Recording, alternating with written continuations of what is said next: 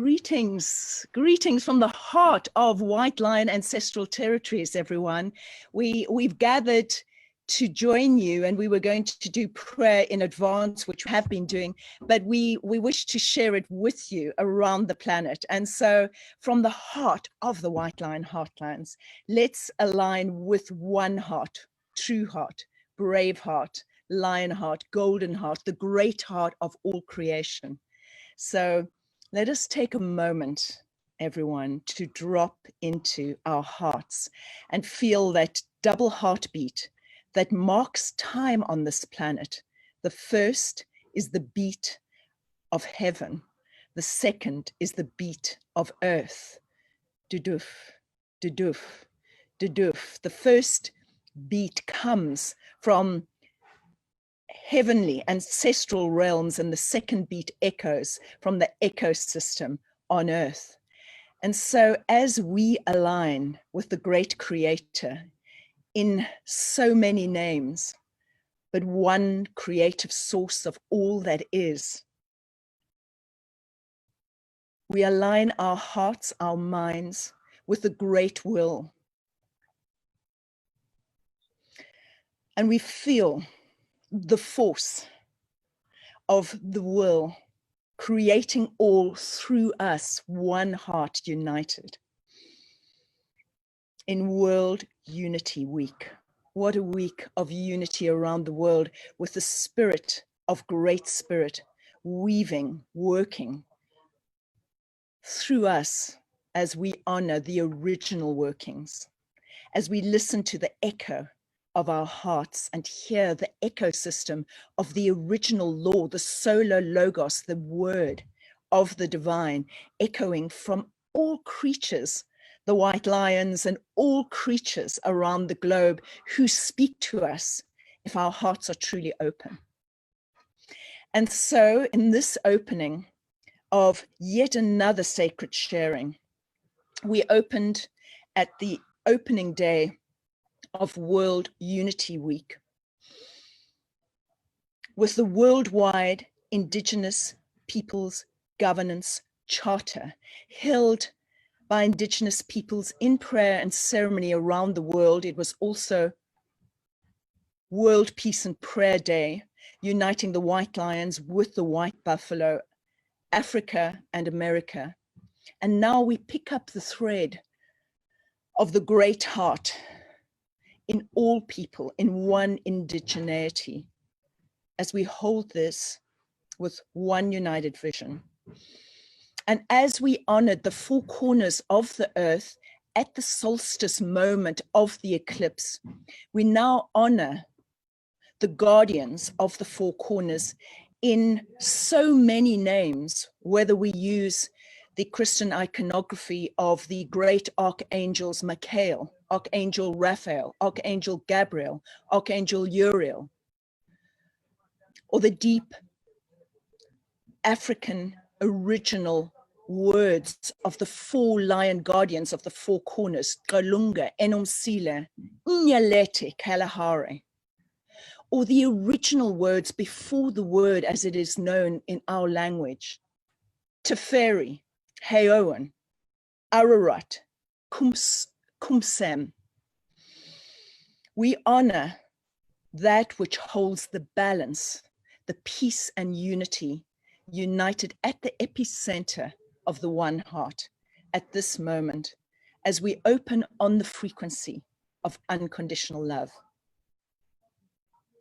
And here we are, united in World Unity Week.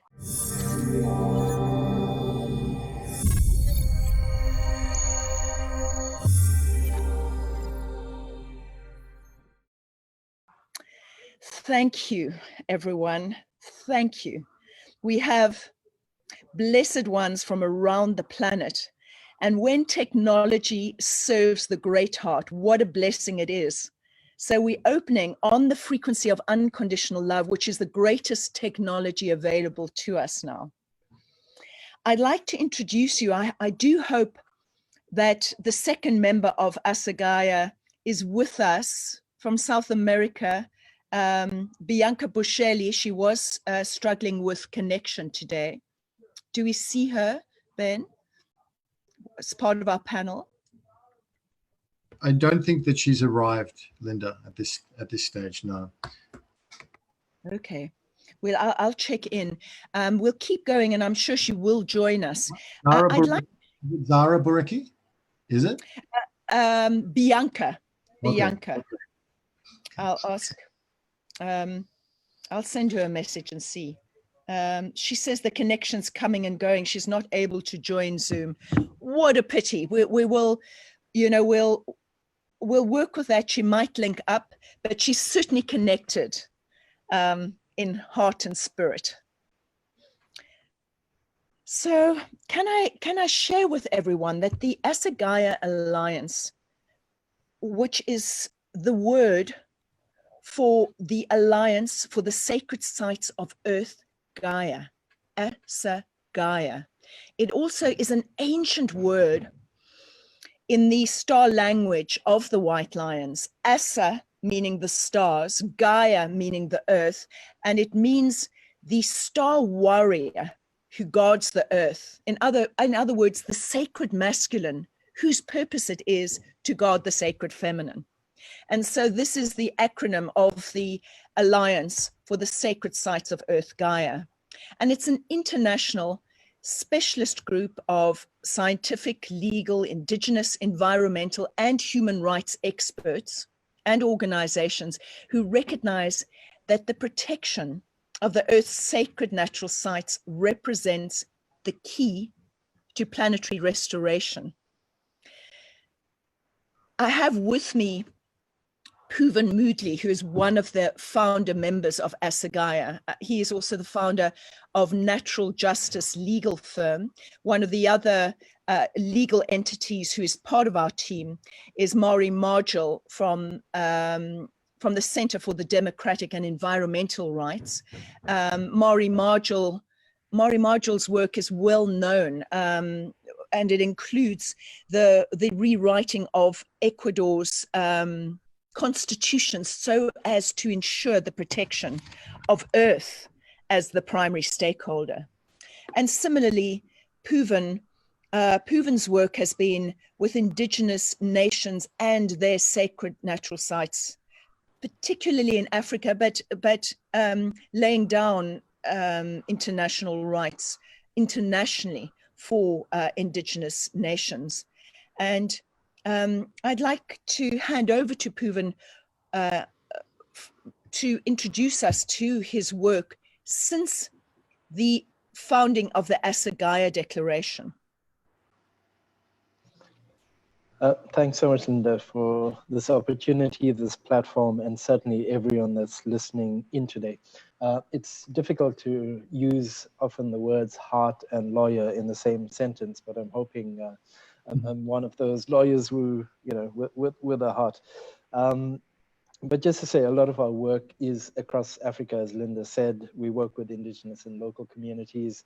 And as you know, there's a decimation that's happening at the moment, the mass scale extraction, which is decimating, people's lands, people's rights, but certainly also sacred sites. I mean, you would have heard recently about the blasting of a sacred site in Australia by Rio Tinto, for example. But, similarly, many of those actions are going on in Africa, as is in South America and other parts of the world as well. So as lawyers and a lawyers collective, we work at the intersection between indigenous people's rights and the environment and how that kind of connects together. And what drew us to this process, connecting with Linda and the others that came from different parts and different sectors, was to look at how do we do this as a collective. The challenge is, time in many senses is not on our side. If we look at the climate science, we look at the breakdown in terms of ecosystems, the decimation of biodiversity and so on. Scientists talk about a 10-year window period.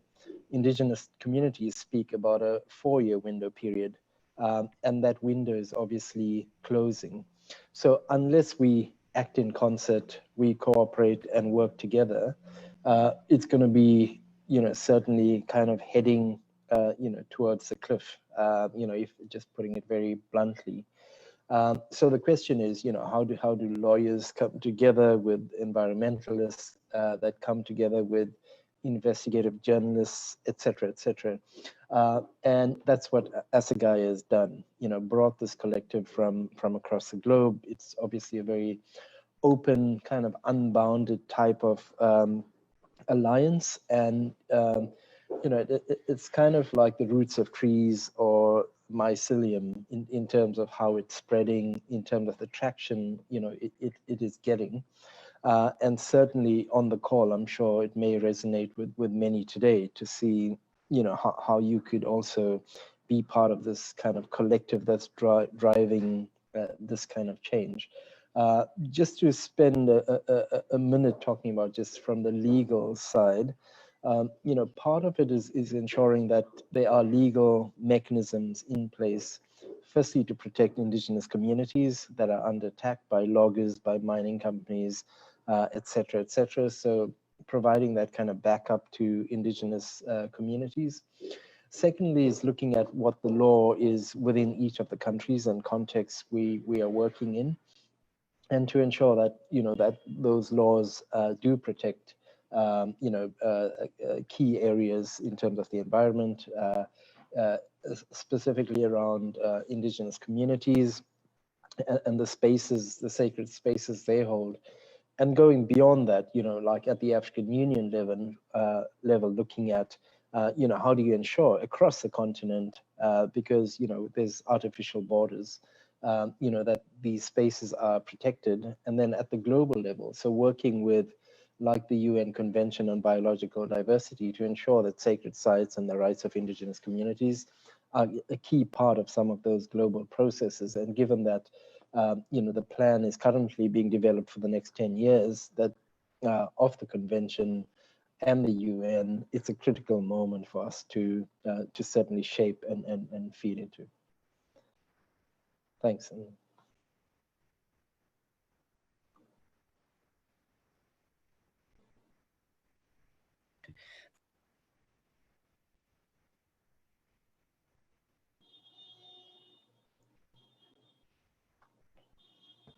You were muted, Linda. Sorry.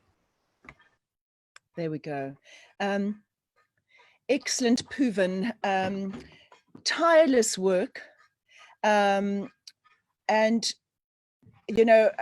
at times seemingly overwhelmingly challenging.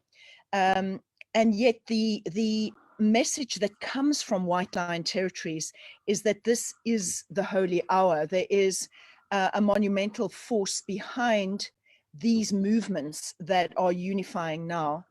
And I feel it's important to share with you the progress that we have made with our founding sacred site and the other sacred sites that Pooven has been involved in. Pooven's legal firm intervened with a mining speculative development in one of the most important sacred sites in South Africa. And with the White Lion sacred site, which we'll speak about in a moment, and I'd like us then to present the video because the site speaks for itself. We have made significant progress at a legislative level through Protected Areas Acts and pieces of legislation that are certainly inadequate, but we have been using what is available to chart the way forward. Now, after 6 months of very careful, unified deliberation across these different disciplines, we were clear on the declaration, and we presented the declaration at the beginning of 2020 at Davos on the 21st of January, specifically during the World Economic Forum. Now, we're saying that is incredibly important to present the new paradigm within the, let us call it the shadow of the old order, because inherent in this new paradigm, which is based on the most ancient knowledge systems around the planet that restore right relationship with our planet. Within the new paradigm is the seeding of the way forward through these evolutionary times. And to be bold enough to present the declaration during the World Economic Forum, presenting sacred natural sites as above any monetary consideration, because their value for Earth is unquantifiable. What we presented, as you'll see, is that these sites are effectively the vital organs of the living planet. And the Alliance aims to identify these critically important regenerative nodes for urgent protection globally, so as to fast forward their protective status through the application of international rights of nature and raising financial support for these sites. Because if these sites are protected, it is the vital organs of Mother Earth, and therefore the key to global regeneration. If we could then present for everyone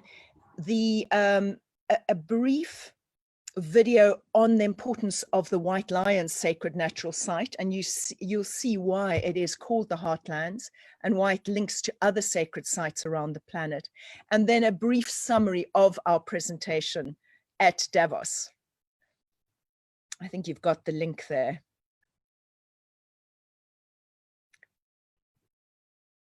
We'd like to, just as we load it, we'd like to acknowledge another presenter at World Unity Week, Yangling Juan, who made the space of block base available for the presentation of the declaration. Are you able to link, Ben? The movie's up. I'm just one second. It shouldn't be too far away. I can see the film here. Just bear with me. Just give me a minute to open it on a different file. Perhaps that's the way to do it. Open.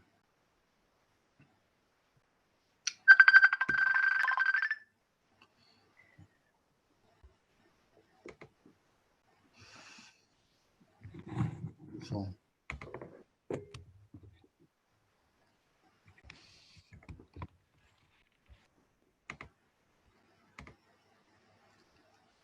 Okay. Is not. Are you ready to go? And I'll speak afterwards. Thank you. Thank you, Ben.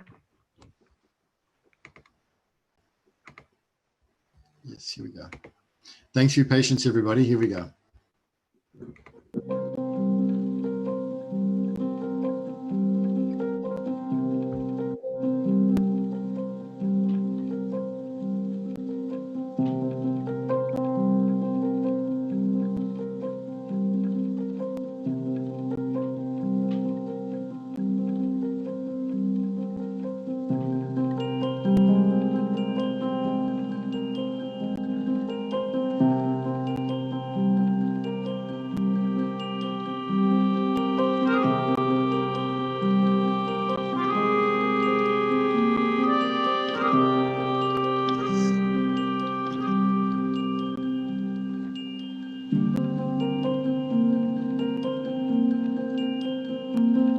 All environmental issues are global issues. If Brazil destroys its rainforest, the world has lost its lungs.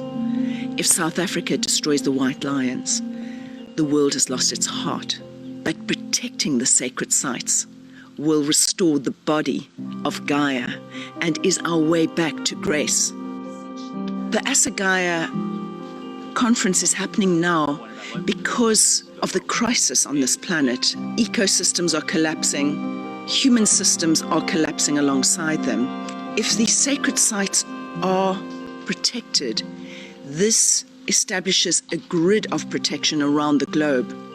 This group of experts from their different perspectives are addressing a core issue, and that is a shift that has to take place in humanity from egocentric perspective in relationship to our planet to one that honors an ecocentric perspective. The ASAGAIA Alliance is such a critical next step because the existing policies and mechanisms of protecting the environment are not doing so. We need to bring together what is sacred and in terms of what is regarded scientifically as needing protection. And as we know from the lions, there's so much strength in being a pride in what can be achieved as opposed to being an individual. One of the key things is about the solidarity element. Indigenous communities are being much more open and coming out much more openly about the time we find ourselves in, and at this point sharing knowledge. And if you look at some of the more recent UN scientific reports, especially on climate, the role of indigenous communities are being much more valued now. Finally, those voices are being heard.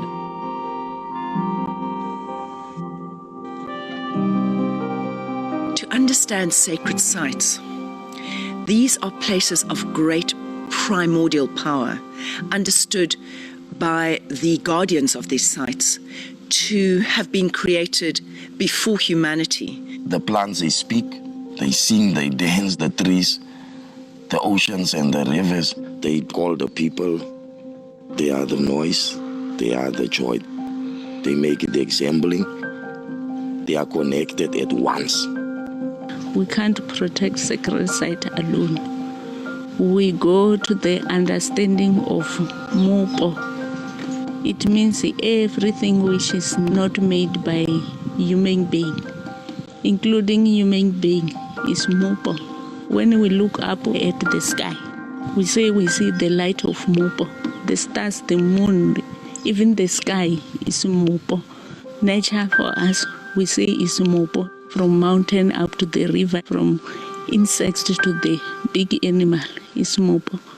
We are protecting a sacred site to protect the spirituality of it, because we cannot communicate with mopo on our own. We communicate with mopo through the spirit of our ancestors. The sacred site, to me, it's a place of intersection between different worlds and between different realms of reality. It is also a place that is able to energize or connect the great web of life. Different sacred sites connect with each other to form a grid that keeps the planet in alignment with itself, but also to keep the planet in alignment with its place in the solar system and the galaxy and in the greater cosmos.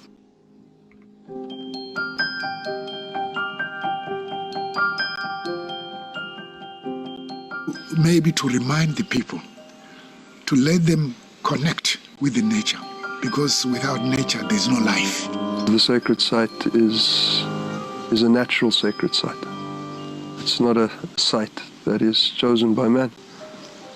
It is a site that is chosen by nature because of the web of life that it brings together within its folds. And if we don't protect these, we don't fight for these, if we lose these, all is lost.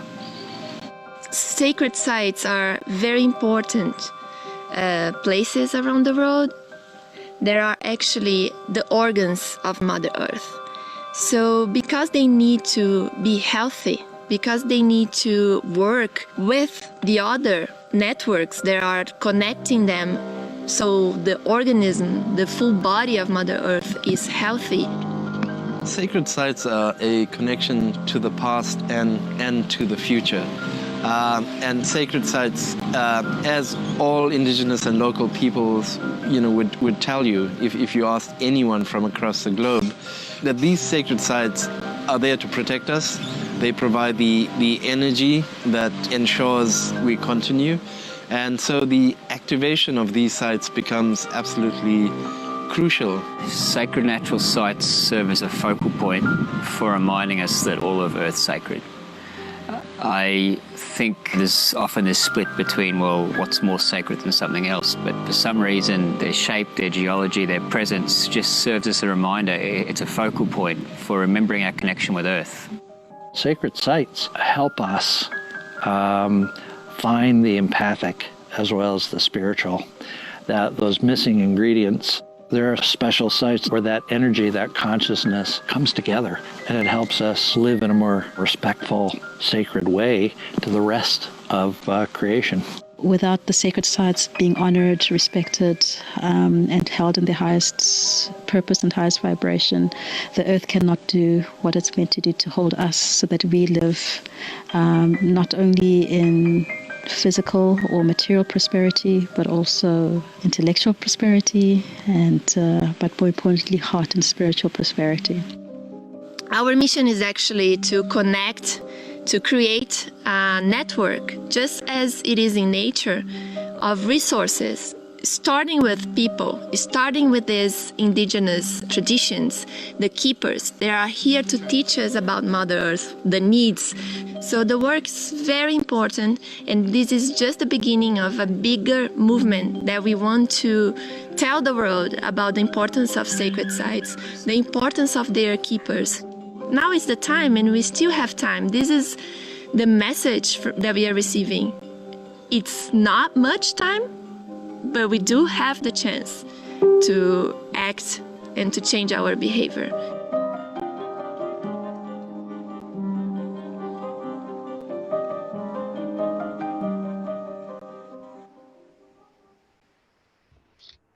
Okay. Thank you so much, Ben. If we could put the link that you have there to the White Lion Sacred Site and the presentation at Davos, that'll be very, very helpful for people to see, because you see how the lions regenerate their sacred natural site. It is so inspirational that it reignites the heart of humanity, those of us who are committed to this paradigm shift. So we don't have time to see that now. I know we probably a little short. Do you want to play a little bit of this video? Yes, I think it would be fantastic if we Or the funny video. The presentation at Davos, which shows the White Lion Sacred Site. Before you do so, then there's a dark window on the screen as you present. I think it's gone now for us. Okay. Just want to be sure it's not there when you. Yes. When you. Okay.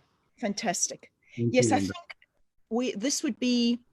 It would be very encouraging for all of us, recognizing that Earth is fully capable of restoring herself. Our role as the protectors of sacred natural sites is to realign right relationship of humanity with Earth, and thereby become part of her regeneration, recognizing that she is directly linked with the cosmic forces that are reclaiming Earth and her sacredness.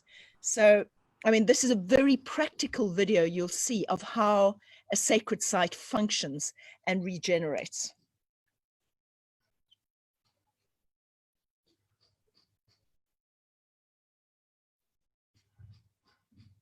Let me know if it's going to be possible, Ben. Just as you are linking it, let me speak into the fact that we have a specific model that we've been working with for sacred sites, and that ensures the absolute protection of the heart, while allowing for at the buffer regenerative farming, interactive visitor centers, and sharing of the knowledge systems to ensure that sacredness is understood, but that in itself is a buffer to the sensitive epicenter of these sites.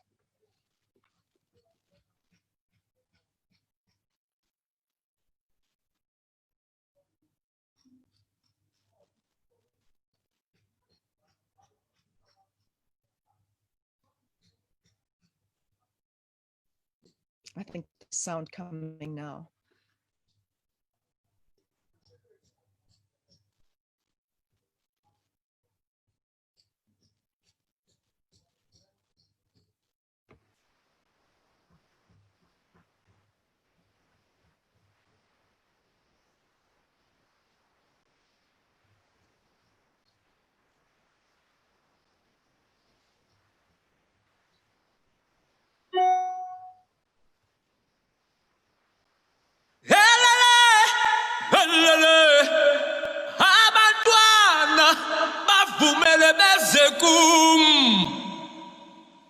Like the vital organs of the body, powerful biodiversity hotspots on Earth hold the source codes for the revitalization of our entire planet and the flourishing of life itself. Life began in Africa, and speciation is associated with the East African Rift Valley at the epicenter of Earth's land masses, also referred to by evolutionary scientists as the birth canal of the human species.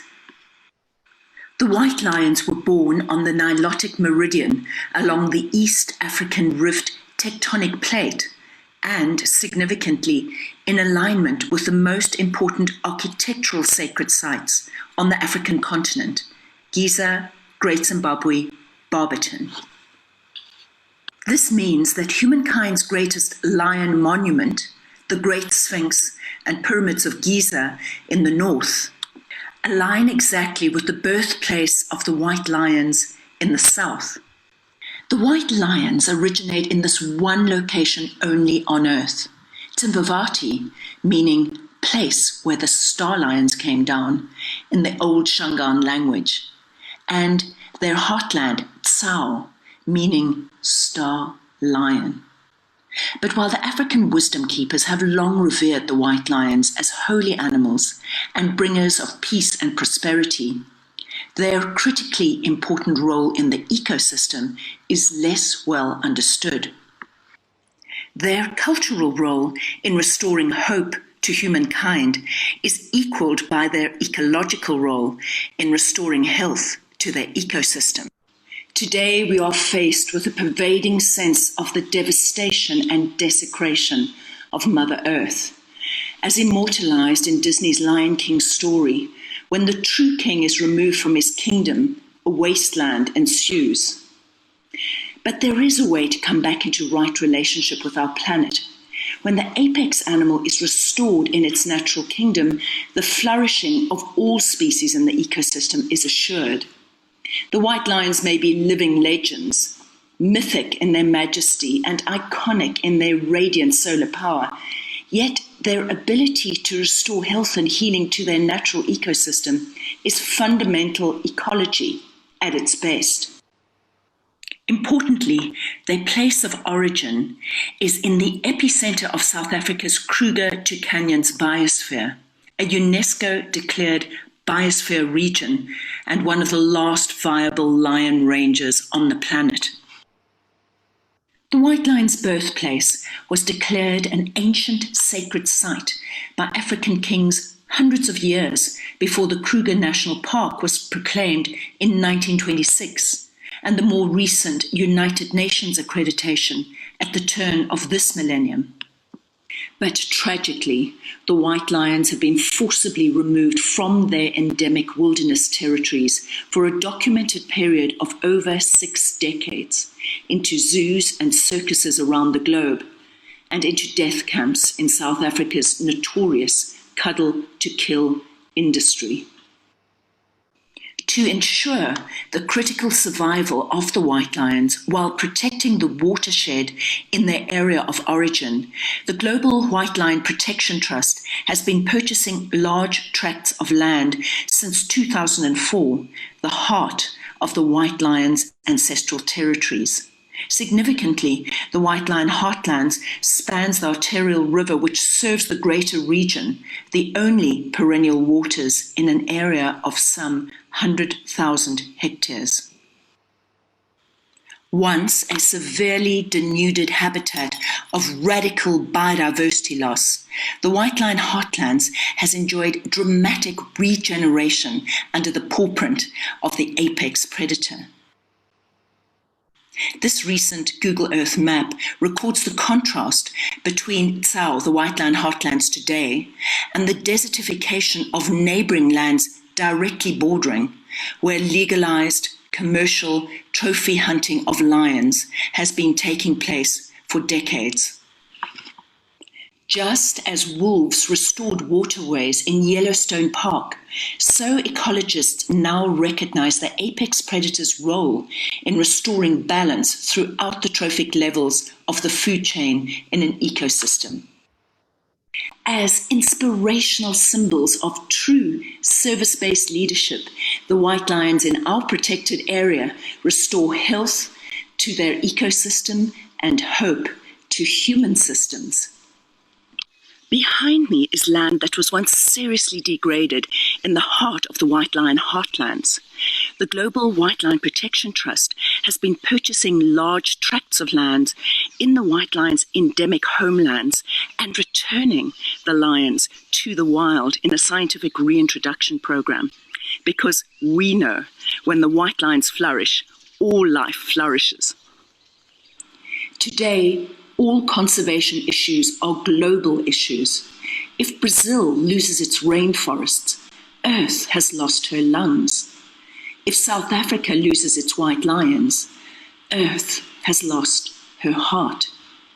We can all feel it, the pulsing heart of the animal kingdom on Earth, the white lion's sacred natural site, revitalizing all the vital organs of our living planet.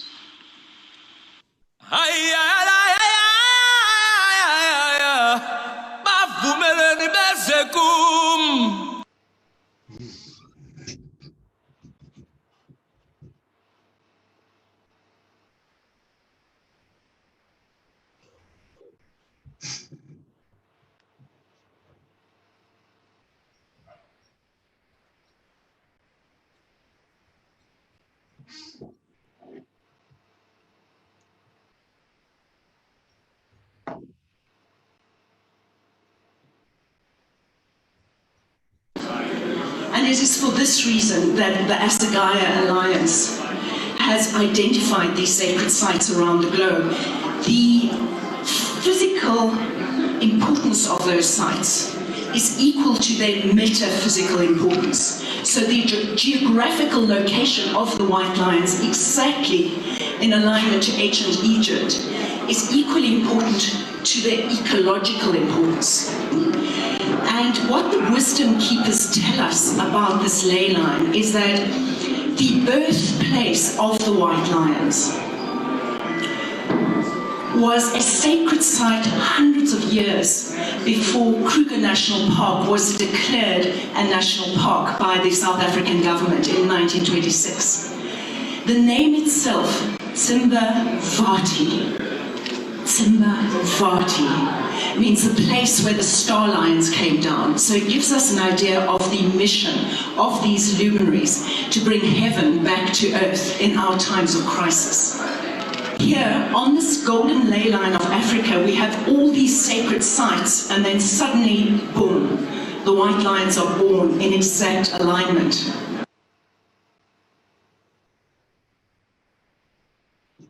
And if you go back to that image of the earth, you will notice that this golden ley line corresponds with the Earth's central axis. It is in fact the prime meridian, the primordial meridian. If you go back to that beautiful image of Earth, you'll see that it actually corresponds with the tectonic plate that is pulling apart and is linked with speciation on our planet, including the human species. So you'll get anthropologists calling this line the birth canal of humankind, because in the East African Rift Valley, which runs along it, you see the strata recording our evolution. So what we become aware of is a divine plan, a sacred geometry, an intentionality beyond anything we can imagine. Why is it called the Heartlands? This is the heart of Mother Earth Gaia, the living system that is our mother. And this beating heart feeds to the other sacred sites around the planet, which we can easily see as vital organs. Think about the Amazon. If Brazil loses its rainforests, Earth has lost her lungs. If South Africa loses the white lions, we as humankind have lost our heart.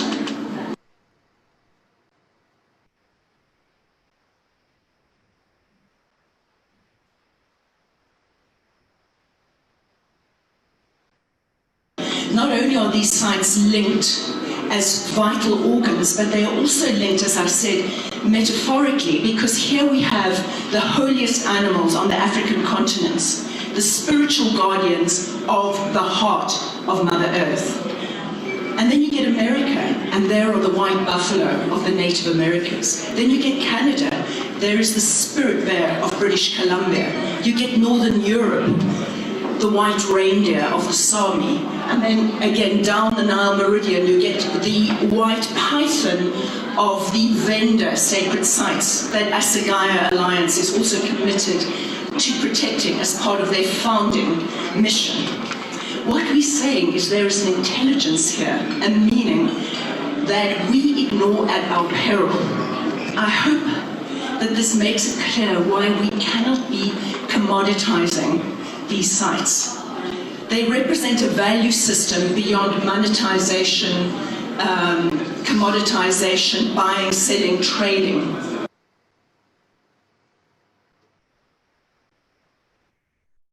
And finally here, in the World Economic Forum, in the shadow of the World Economic Forum, let's ask that question. How do we work with economy? And Mother Nature's response, simple.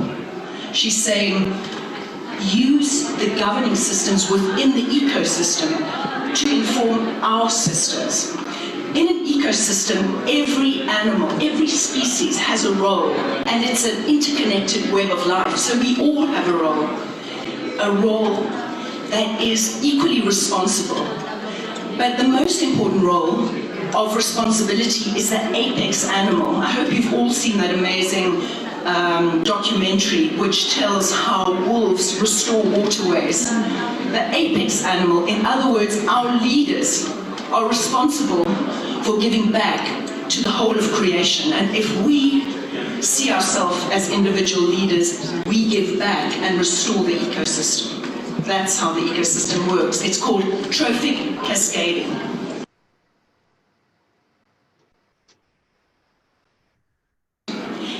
In the concept that is central to the ASAGAIA Declaration, you heard the word ecocentric. What does that mean? Well, we know what egocentric is. All of us as humanity falls prey to that separation where we are self-serving at the expense of our planet and we're facing the consequences. But ecocentric is a shift to serving Earth first.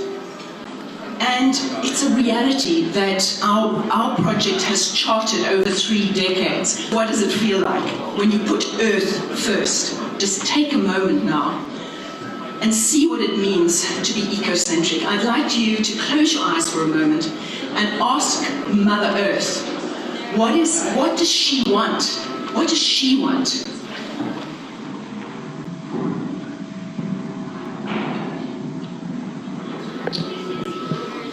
It becomes clear that this mother wants what every mother wants, not just the survival of her children, but the flourishing of her children and her grandchildren. And it's possible because that's how nature works.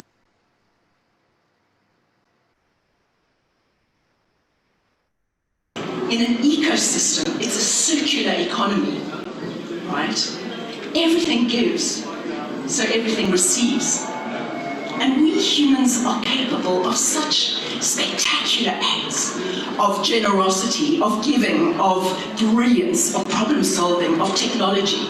We really can give back if we commit to that. And in that process, we have created a circular economy. There is a basic problem with this concept of sustainable development goals, and I think we all feel it. Why? Because it views things as linear, not circular, okay? We extract, we use, we dump. Now, even if we say we're going to do that sustainably, extract, use, dump, That's not sustainable. It's not logical. The only way that we are logical is when we are ecological, listening to the echo, the voice of creation. Logos, logic. Logos comes from a greater word which means the laws of creation, the divine law. So if you listen to the echo of the divine law in nature, we have our solutions. Nature will restore herself. What we need to do is bring ourselves back into right relationship, in loving service, and we have our solution. Thank you.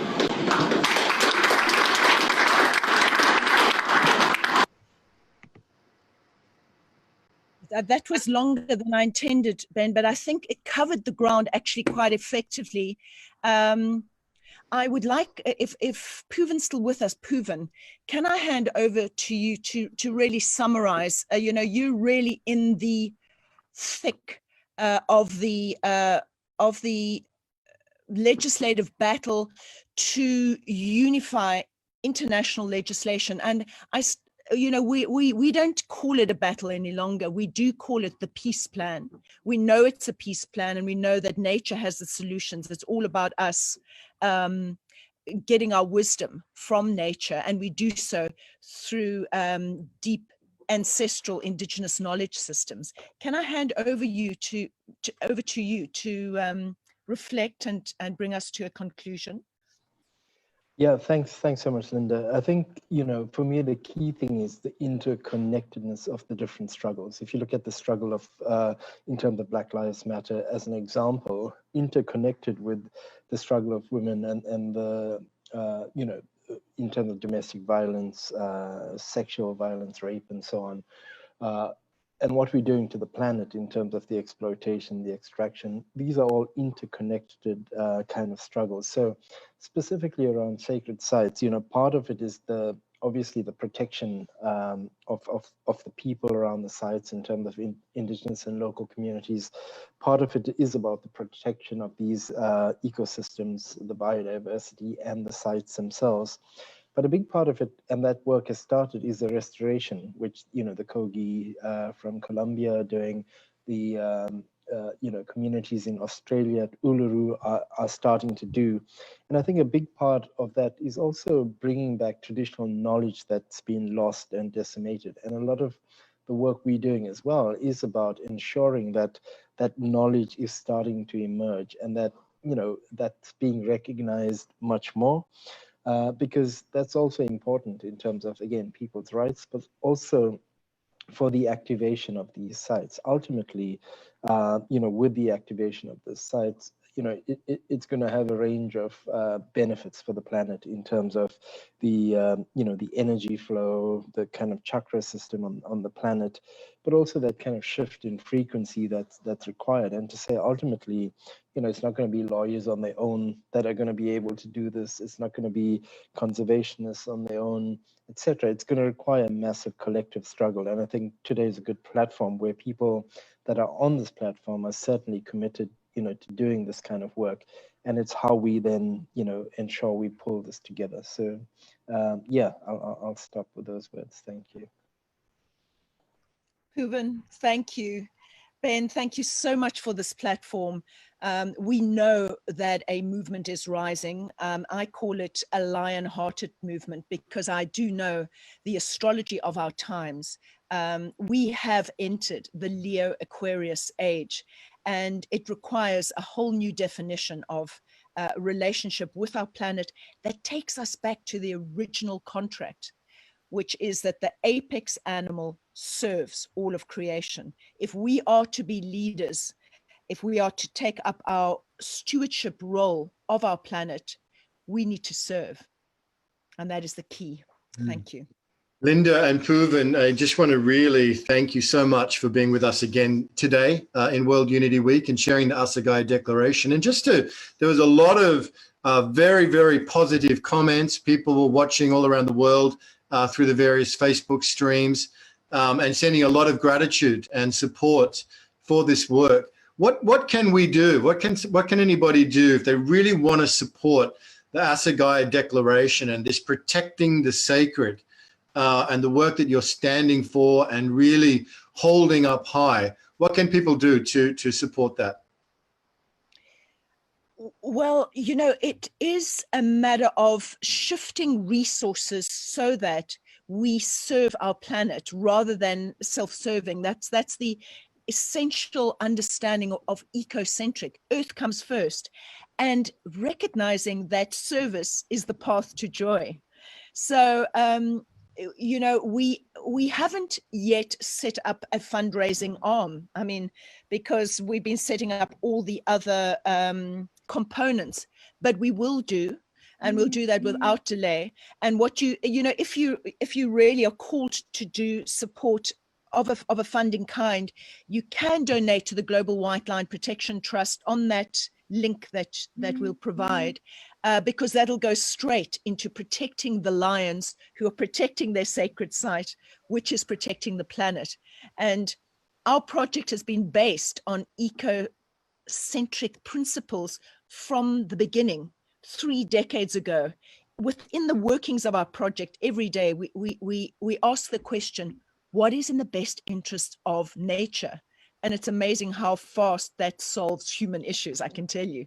So we're a living expression of right relationship. We don't always get it perfectly right, but it's a project worth supporting. So right now, as we don't have a platform for ASAGAIA Alliance yet, it's not formalized as a legalized entity yet, but the Global White Line Protection Trust is a non-profit organization doing monumental work for its own sacred site in support of sacred sites worldwide. So that's one really significant way you can help. And we're at the point of securing more sacred lands for the lions. So every single dollar or pound or cent really helps. Thank you.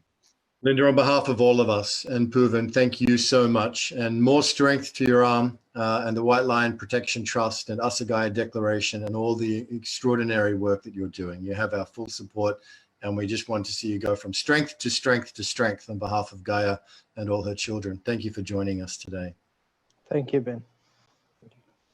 Love to you all. Bye-bye, Mama Linda. See you soon. Bye, Ben. Thank you, Brother Ben.